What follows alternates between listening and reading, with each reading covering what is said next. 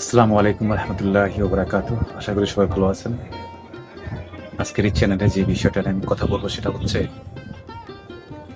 ফ্যামিলিতে মেয়ে বিয়ের ক্ষেত্রে যে জিনিসটা হয়, আমরা সবসময় চিন্তা করবো, ভাববো, যখন আপনার কন্যা সন্তান অথবা আপনার মেয়ে অথবা আপনার বোন, যখন একটা বেশিরভাগ সময় আমরা বিয়ে দিতে যাই, কোনো একটা সময় জানতে পারলেন ওই ফ্যামিলিতে একজন মাদকাসক্ত, অনলি ফর একজন মাদকে আসক্ত।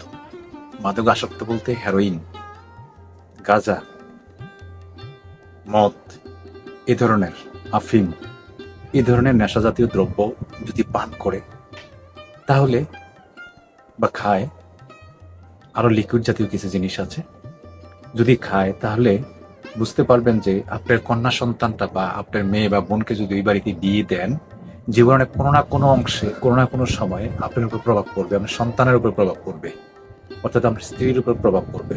এই জিনিসটা খুবই ইম্পর্টেন্ট, কারণ বাস্তব অভিজ্ঞতায় দেখেছি আমাদের সমাজে তো অনেক কিছু আছে, যেমন ডাক্তার না হয়েও ডাক্তার সাজে, এমনও আছে এসএসসি পাস করে নাই, এসএসসি পাস করে নাই ডাক্তার সেজে বসে আছে, এমনও আছে এসএসসি পাস করে নাই ইঞ্জিনিয়ার হয়ে বসে আছে।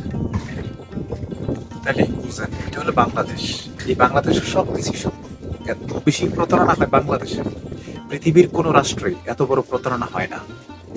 আপনি যদি কাউকে টাকা হাওলাত দেন তাহলে কি করতে হবে? আপনি তার পিছনে পিছনে ছুটতে হবে, নতুবা তার সাথে আপনার ঝগড়া করতে হবে। এটাই হলো বাংলাদেশ। টাকা হালাত দিলে কিন্তু আমাদের এই সমস্যাটা কিন্তু আমরা সম্মুখীন হই। আপনি সত্য কথা বলতে যাবেন, আপনার উপর শত বাধা আপনার সামনে আসবে, এগুলো আপনি কখনো উপেক্ষা করতে পারবেন না। তো এই জিনিসটা বলতে চেয়েছিলাম যে কখনো যদি জানতে পারেন মাদকাসক্ত লোকের যেটা হয়, স্বভাবজাত যে বৈশিষ্ট্যটা হয়, কিভাবে অন্যর সাথে প্রতারিত করবে, পরনিন্দা করবে, পরচর্চা করবে, বেশিরভাগ তার তো মাথা ঠিক থাকে না, গাঁজা মদ খেয়ে তো একদম মানে টাল হয়ে থাকে। ওই সমস্ত লোকের কাছ থেকেই যতটা দ্রুত সম্ভব নিজেকে দূরে রাখবেন, নিজেকে দূরে রাখার চেষ্টা করবেন, এবং বিয়ে শাদীর ক্ষেত্রে আপনারা ওই জিনিসটা ভাববেন। আমি এটা দেখেছি কোনো না কোনো অংশে, কিন্তু এটা কোনো না কোনো জীবনে প্রভাব পড়তেছে বা পড়বে বা পড়ে, এটা আমরা দেখেছি। আমাদের এই 60-70 জিন্দিগিতে আমরা কি কখনো ভেবেছি বা দেখেছি, চিন্তা করেছি যে আমি কতটুকু ভালো আছি বা আমার আশেপাশের মানুষগুলো কেমন আছে? জান্নাতে যাওয়ার জন্য তো আল্লাহ পাক যে জিনিস বিধানগুলো ঘোষণা করছেন, যে 16টি বাধা একজন মানুষ জান্নাতে যেতে গেলে, যার বিরুদ্ধে সামান্য পরিমাণ ঈমান থাকে, যে আল্লাহকে বিশ্বাস করবে, সে কখনো মাদকাসক্ত হতে পারে না।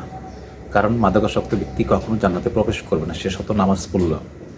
চগলখোর ব্যক্তি কখনো জান্নাতে প্রবেশ করবে না, এগুলো তো আমরা জানি, আমরা কিন্তু মানি, বুঝি না। তাই বিয়ে শাদীর ক্ষেত্রে যেটা হচ্ছে যে আপনি আপনি দেখবেন যে আপনার দেবর অথবা বাসুর অথবা ফ্যামিলির অন্য কেউ যদি এই জিনিসটা গ্রহণ করে, তাহলে দেখা গেল কি আপনার জীবনে বা আপনার ওয়াইফের জীবনে হোক, আপনার সন্তানের জীবনে হোক, কোনো না কোনোভাবেই কিন্তু এগুলা এই প্রভাব পড়বে। এটা দোষ কাদের জানেন? এটা দোষ হলো মা বাবার। মা বাবা তো তাকে শাসন করে নাই। আপনি বাড়িতে আগুন লাগাই দিছেন, তাকে তো আপনি শাসন করেন নাই। আপনি চুরি করছে, ধরেন গরু চুরি করছে, আপনি তো তাকে শাসন করেন নাই। কারণ অপরাধ করতে করতে করতে করতে করতে করতে অপরাধটাকে অপরাধ মনে করে না, অপরাধ মনে করে এটাই মনে কাজ, এটাই মনে ই। আবার সত্য কথা বলতে যাবেন, আপনি টিকতে পারবেন না, আপনাকে টিকতে দিবে না, তখন আপনাকে প্রতিরোধ হয়ে দাঁড়াতে হবে।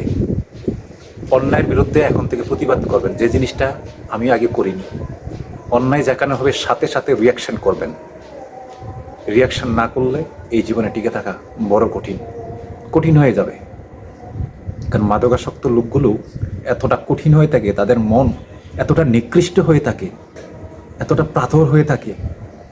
এখানে পাথর বলতে এরকম না, ওরা জমদূতের চেয়েও বেশি। ওদের কাছে কে মা, কে বাবা, কে ভাই, কে বোন, কে বাতিজি, কে বাতিজা, কে ভাই, কে ভাবি, কে দেবর, এগুলা কে পাড়া প্রতিবেশী, এগুলা কিন্তু তারা গোনার টাইম দেয় না, যখন যা ইচ্ছা তাই করে। সো এই জন্য আজকের এই ভিডিওটা আমি করতেছি, কারণ আমার প্র্যাকটিক্যাল জীবনে, বাস্তব জীবন অভিজ্ঞতাকে জীবন সমস্যার সমাধানে যে বিষয়টা হচ্ছে, বিয়ে দেওয়ার ক্ষেত্রে ওই মাদকাসক্তর সঙ্গে যদি বিয়ে দিতেই হয় তাহলে তাকে কিছু পরীক্ষা নিরীক্ষা আছে, এগুলো করাইয়া নেবেন। তাহলে ওখানে এটা সম্ভবত পরীক্ষার নামটা আমার এই মুহূর্তে মনে পড়তেছে না, কারণ আমিও ডিপ্রেশনে আছি, অনেক প্যারেশানির মধ্যে আছি, কারণ আমাকে ভালো থাকতে দিচ্ছে না, ভালো থাকতে পারি না, পিছনে লেগেই আছে, পিছনে ওরা লেগেই থাকে। তো এই জন্য বলছি যে পরীক্ষা করে নেবেন, পরীক্ষা করলে ওখানে উঠবে যে সে মাদকাসক্ত কিনা। আর আপনার সন্তান খেয়াল রাখবেন কোথায় যায়, কি করে, প্রতি মুহূর্তে নজর রাখবেন মাদকাসক্ত হয়ে পড়ে কিনা, সিগারেট খায় কিনা, পান সিগারেট অথবা ধরেন মদ খায় কিনা, আফিম খায় কিনা, গাঁজা কিনা, যেটা মাদক যে জিনিসটা, এই জিনিসটা খায় কিনা, এগুলো কিন্তু আপনারা প্রত্যক্ষভাবে এবং পরোক্ষভাবে নজর রাখবেন।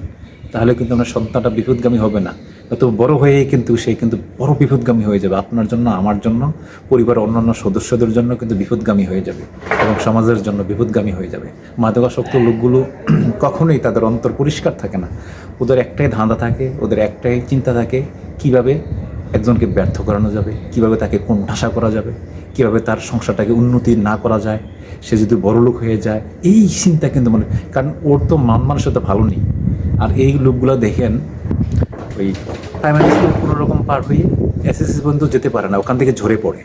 এটা মা বাবার দোষ। মা বাবা যদি শাসন করে তাহলে কিন্তু ওই লোকগুলো এরকম হয় না। তো দয়া করে যারা মেয়ে বিয়ে দিবেন, বা আমারও সন্তান আছে, আমরা বিয়ে দেওয়ার ক্ষেত্রে যে জিনিসটা করব, আমরা যাচাই করব, বাছাই করব মাদকাসক্ত কিনা। নামাজ পড়ে মাদক গ্রহণ করে হবে না, কিন্তু এই ব্যক্তি জান্নাতে প্রবেশ করবে না, সমাজের জন্য কল্যাণও বই আনবে না। তো এই জন্য আজকের এই ভিডিওটা করা।